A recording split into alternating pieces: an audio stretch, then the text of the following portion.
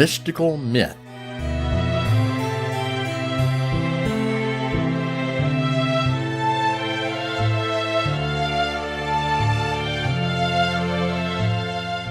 Sometimes I get carried away with bad-mouthing piano lessons. I learned things that I now take for granted, for those scales and exercises built up a certain muscle memory that has served me ever since. And while the organ people claim that it offered an orchestra at your fingertips, I couldn't get my fingertips to do what I really wanted. Besides, a piano is a very tactile instrument. The notes and intensity flow from the head to arms to hands to the keys to produce immediate music. And during those 5 years of piano lessons, I learned some important stuff. I was never one to sight read music. My method was more about hearing the music, memorizing it, and bringing the result up to speed. Yet I learned how music notation worked. I also discovered the pentatonic scale, essentially the black keys.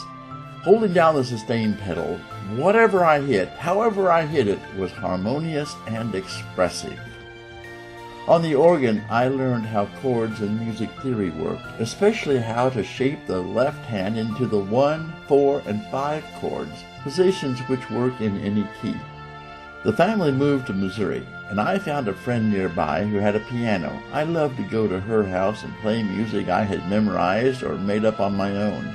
At school, I found the piano in the chorus room and hurried there during lunch. I wasn't alone with the noon piano. 2 other guys would race me there most days. One knew how to do octave chords to accompany rock bands. The other, who claimed he could not read music and was tone deaf, taught me the rudiments of the jazz blues scale in C minor. Since it is really an augmented pentatonic scale, everything played harmonized perfectly. We would sit down together for infinite duets, at least until the bell rang. I also learned to take the straight chords learned on the organ and give them rhythmic structure, such as the umpa, the Alberti bass, and the 6/8 roll for songs like House in the Rising Sun.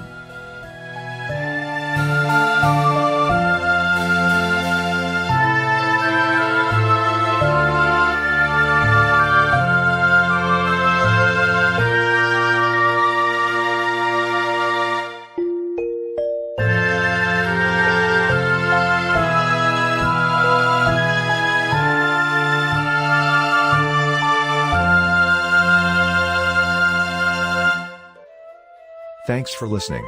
Be sure to click like and subscribe to hear more of Dave's life in music.